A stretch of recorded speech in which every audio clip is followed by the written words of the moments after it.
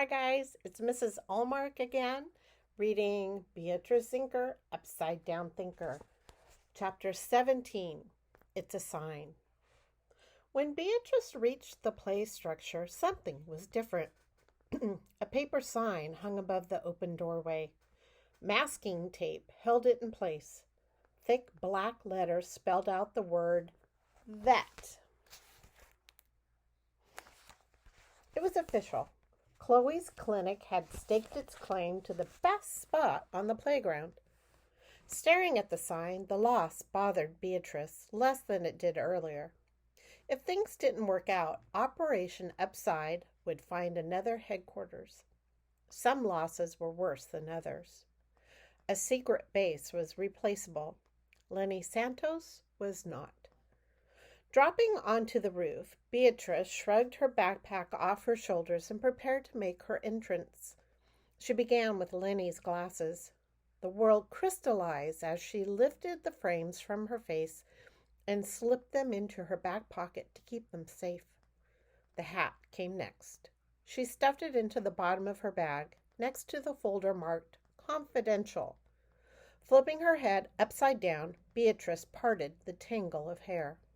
Her fingers spun each handful into shape and secured both sides with elastic. She hooked her backpack on a nearby branch, setting it aside for later. Following the clamor of animal noises to the back of the building, she crawled to the edge of the roof and peeked below. Inside were plenty of pretend pets and plenty of pretend pet owners, but Lenny was nowhere in sight. Unfazed, Beatrice crept to the front and checked the window by the door. Bingo. Lenny and Chloe were huddled together, debating who would diagnose a sick hamster and who would help a husky with a broken leg. Beatrice rapped on the wall. Knock, knock. Chloe looked up. Lenny turned around. When they saw her, Chloe folded her arms and Lenny frowned. Please tell me you're not a bat, said Chloe. Beatrice shook her head. I'm done with that, but I do have a new idea, if you're ready. Lenny and Chloe looked less than ready. Beatrice filled her lungs and proceeded anyway. So, what if this place looks like an ordinary vet clinic to the average eye, but in reality, it's the headquarters of a top-secret organization? Beatrice, Lenny groaned. What? Chloe sighed. There are two things you should know. She held up her index finger. First of all, this is no ordinary facility. We are world-renowned. Another finger joined the first. Second, we do not participate in illegal activities. What if it's legal? Good, even. Beatrice lowered her voice. Just a secret. We're just a nice, normal clinic, Beatrice, said Lenny. Exactly, said Chloe. I don't like secrets. With that, she spun on her heel and walked away. She headed out of the room toward the hamster, the husky, and all the other pets who needed her attention. Beatrice waited until Chloe stepped out of earshot. Then she motioned Lenny over to the window. Lenny took 2 steps forward, her whole face a frown. Don't worry, said Beatrice. I have a backup plan. She rubbed her hands together with anticipation. Want to hear it? I don't know, Beatrice. Lenny kicked the dirt with her toe. Dust billowed in a cloud around her. I'm still a little mad. Sunlight snuck through the wood slats of the structure, covering Lenny in stripes. Her sparkly sweater flashed at Beatrice, each flicker an accusation. I'm sorry, Beatrice told Lenny, shielding her eyes. Her voice got quiet. I didn't mean to ruin your moment. It's okay, Lenny said. Her eyes floated to Chloe in the distance. You didn't. Not really. So do you want to hear my idea? Fine, Lenny sighed. She didn't look excited, but she wasn't frowning anymore. Beatrice nodded toward Chloe. What if we let Chloe be Chloe, a normal medical professional, just like she said? Beatrice leaned forward, her eyes glowing. But what if you, Lenny Santos, are undercover? You could be a secret agent disguised as a veterinarian. You could be the secret eyes of our operation. Lenny glanced back at Chloe and fought a smile. You'll need a code name, and we need an emergency signal and a password as soon as possible. You should also brush up on your pig Latin and your decoding skills, of course. Lenny laughed. I didn't say yes yet, you know. I know. Beatrice reached into her pocket. But either way, you'll need these. Stretching her arm, Beatrice held out her hand. Her fingers unfolded like a flower. Lenny's bright green glasses rested in her palm. Hey! Lenny grabbed her specs. Where did you get these? They turned up in my travels. Lenny slid her glasses over her ears. Better? Beatrice asked. She reached over and pulled the veterinary sign off of the door. Can you read this? She flipped it around. What about now? Behind her glasses, Lenny's eyes grew. Her mouth fell open. It says my name. She grabbed the paper from Beatrice's fingers. How'd you do that? I don't know. Beatrice studied the letters. I think it's a sign. Well, duh, said Lenny. No, I think it's trying to tell us something. Here's vet. And then upside down, Len.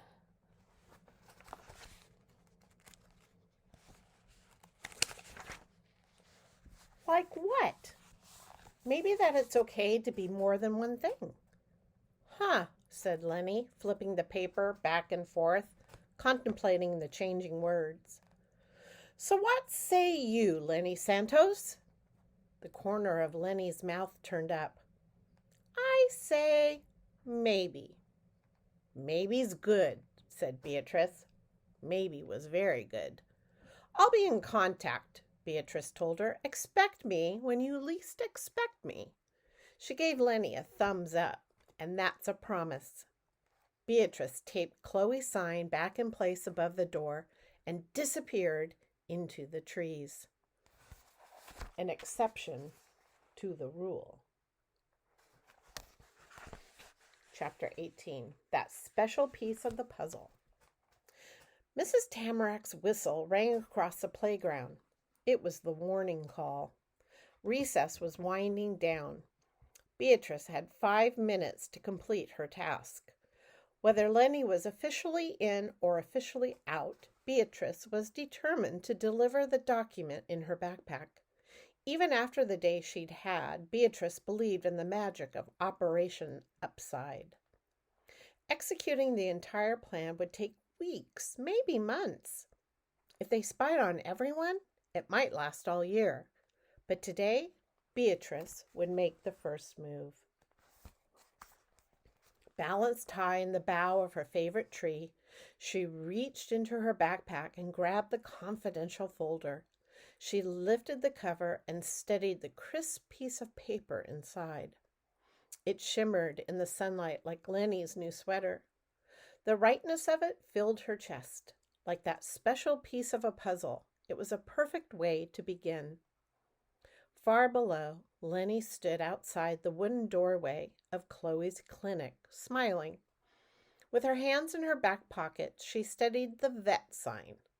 Her hair was still curly. Her sweater was still sparkly. But Lenny looked like Lenny again. Maneuvering through the branches, Beatrice dropped down next to her friend.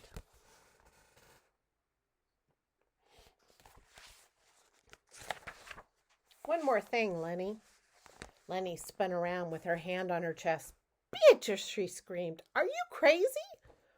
I warned you to expect me when you least expect me. Lenny looked into the leaves above her head. But you just left. Exactly, said Beatrice. Lenny grinned. I guess you win then. Actually, you win, Beatrice said. That's why I'm here. She pulled the folder from behind her back and presented the award to Lenny.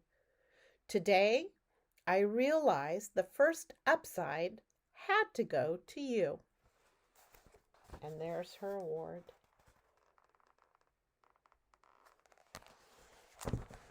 Lenny looked up at Beatrice, then down at the paper in her hands. She adjusted her glasses as her eyes moved over the words, tracing and retracing the gold letters. I don't know what to say. Beatrice knew exactly how Lenny felt. 3 months ago, standing in the gym with her own award, she felt the exact same way. I know we plan to pick people together, and after this we will.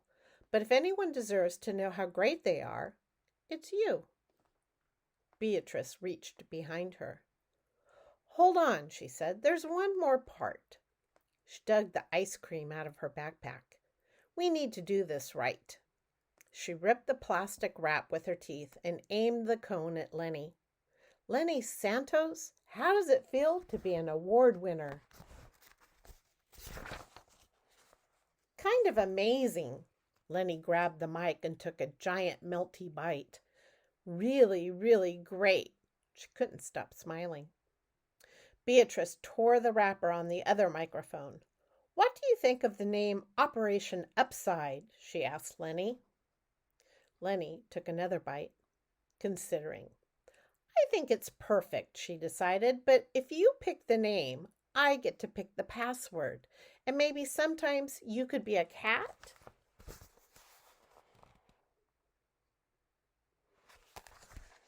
Beatrice laughed and bonked her cone on Lenny's. Deal, she said. With a mouthful of ice cream, Lenny leaned against the tree and looked around. So who gets the next one? Well, we still need to do a lot of reconnaissance, but I think the next play should be up to you. Lenny glanced back into the veterinary clinic where Chloe was giving orders. She bit her lip, hesitating. What about an edge piece? Beatrice followed Lenny's eyes. Chloe? Beatrice turned the idea over in her mind and smiled. I like it. Chloe had single-handedly started a world-renowned veterinary clinic on her first day at a new school. It was hard not to like that, at least a little. You do? Lenny said. I had a lot of time to think today. Just because I'm upside down doesn't mean everyone has to be. Isn't that the whole point? Lenny borrowed Beatrice's word. Wow, she said. She can't know it was us, so we still have a lot of planning to do. Beatrice reached into her backpack and pulled out the third cone. But for now, do you think she'd want some ice cream? Lenny lifted her eyebrows. You bought her one? Everyone likes ice cream, right? Beatrice shrugged her shoulders. And someone told me it's not easy to be the new girl. You heard it here first, Lenny announced into her cone. Mrs. Tamarac's final whistle echoed through the trees. Beatrice looked into the branches above her head. Think Chloe will go back to class my way?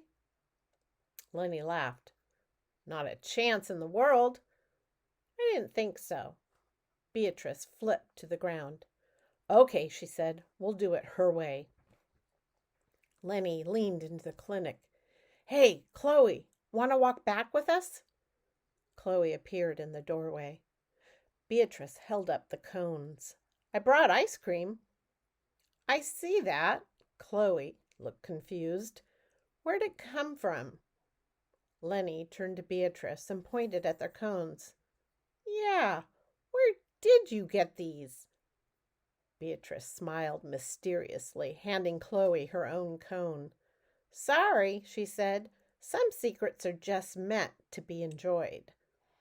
With the treetops shading their way, they headed back to class, enjoying every bite.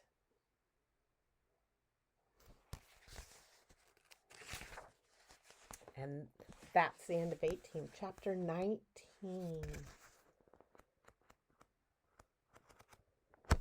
We'll be with Miss Young tomorrow.